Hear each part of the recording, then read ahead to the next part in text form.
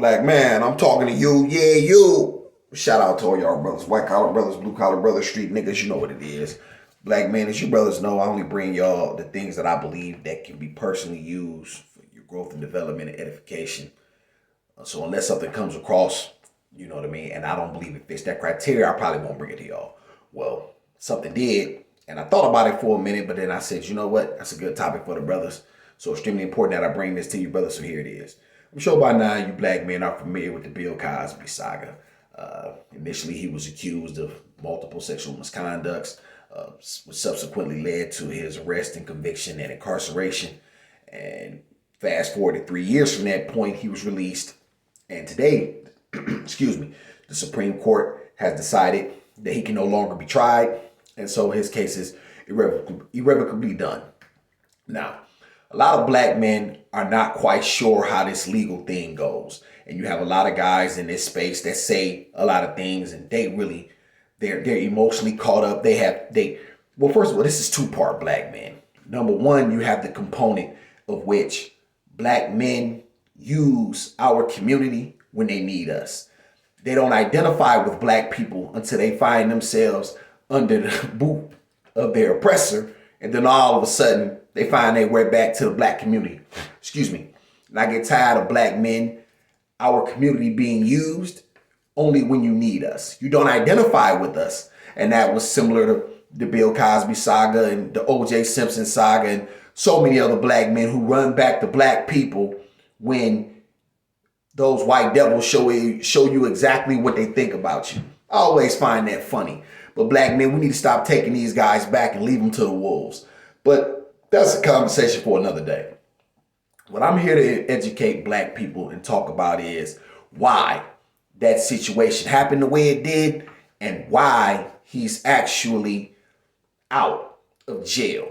Now, black men, what you have to understand is he was not exonerated. Exonerated meaning you were cleared of all charges. His constitutional rights were violated, which is a major difference. Okay, black men, this is the Constitution. I have a copy. I suggest you brothers get one. I spoke about this briefly before, but it's extremely important that you brothers get you one and you brothers start to study it. His Fifth Amendment rights were violated. Let me set the scene for you brothers. In 2004 or 5, one of the two, he gave a deposition in a civil case concerning a young lady named Andrea Cosby'S. I think I say her name incorrectly. And the then district attorney of Pennsylvania, a guy by the name of Bruce Castor, gave him the option. Tell the truth in the deposition and he couldn't be prosecuted at a later date. So that's exactly what he did under the penalties of perjury. He gave a deposition in that case. The case was eventually settled and both parties went their separate ways. Well, fast forward, a new DA arrives 2016. Under political pressure, he decides to refile the case. His name was Kevin Steele, if I'm not mistaken. Yes, Kevin Steele was the prosecutor at that time. He says, hey, I want to reopen the case. Judge allows us to go forth. Subsequently, he was convicted and they used the testimony in the deposition in order to convict him. And that's why he got sentenced to the 3 to 10. Now, I'm not here to argue innocence or guilt. So a lot of people don't understand how the legal system works. And so they don't understand that the legal system very rarely, right? Innocent or guilty is the very low bar in the criminal justice system. That has nothing to do with the case. It only matters what you can prove or what you cannot prove, I should say. And so the reason he is free is because his constitutional rights were violated. The Fifth Amendment, which says you cannot self-incriminate. You cannot bear witness against yourself illegally. And what he ended up doing was his statement was taken under the context of that he couldn't be prosecuted at a later date, and they used it against him. Now, why is this important for us black men? Because what we have to understand is the law works like this. It's built on, the criminal justice system is built on favors. It's built on making deals with rats and, you know what I'm saying, and snitches and, you know, things of that nature. It's really insidious, and it's very difficult to understand and navigate. However, what you need to understand is they're always going to do what's in their best interest. And nobody plays dirtier than the state and the feds. They don't, you know what I'm saying? They throw all of the rules out when it comes to this. Well, the things that can save you, because the Supreme Court has never didn't deal with his guilt or innocence. They only dealt with whether his constitutional rights were violated. So you have a lot of black men who are saying that he was illegally charged and he should never been charged from the beginning, and this was a way to railroad and tarnish another black man's character. That's absolutely untrue. There's no facts to support that. Everything that I saw and everything that I studied, he admitted it himself that what he said actually happened. Now, as far as the other women that were before Andrea, their statute of limitations ran out. They were saying similar things. However, I'm not dealing with that. I'm only dealing with the situation that happened with her. Now, why do I bring this to you, black men? Because I need you brothers to start to understand, we need to stop allowing people to use our community when they need us, because they run back to the black community under the guise that they've been persecuted, you know what I'm saying? And they play on our sympathy.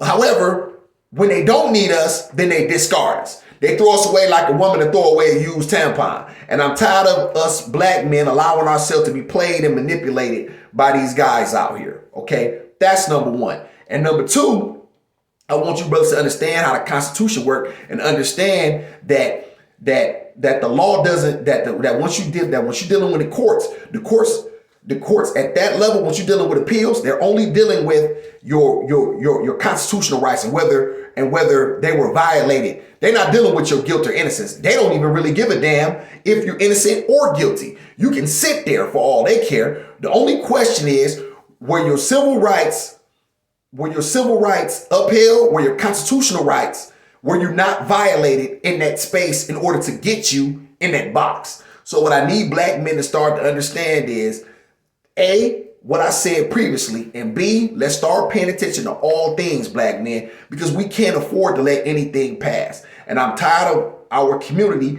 being unaware and these things catching up with us at a later date. Black men, let's stop. And another thing too, black men, we got to stop defending these guys. We have to stop defending guys that don't deserve it, and that way we can come to bat for the brothers that do.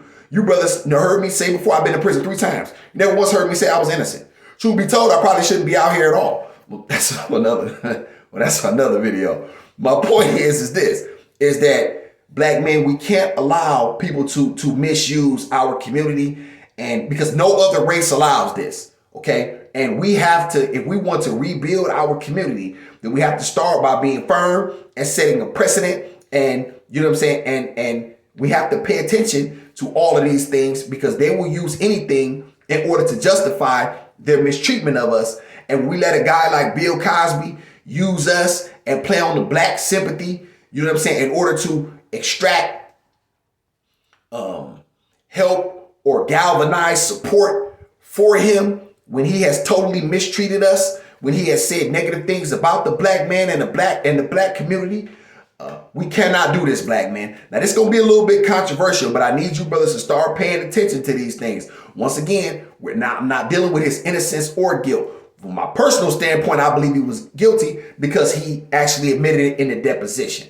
But from a constitutional standpoint, black man, he should absolutely be here, because I want you brothers to understand this. If they violate his constitutional rights, then at the end of the day, they use that as precedent. So what happens is they can use it again at another date to another brother. So this is what you black men really need to understand, is that we have to, if we're going to be a nation of laws, then that has to be the case all across the board. We can't pick and choose when we want to follow the law in terms of that. You know what I'm saying? Until we're able to, create our own legislation and get our own, policymakers and so forth. But that's for a whole nother time. But for dealing with this video, I'm trying to educate black men, uplift black men. You brothers know how I roll. I always roll like that. I always will roll like that. And Awesome said it. And if Awesome said it, so be it.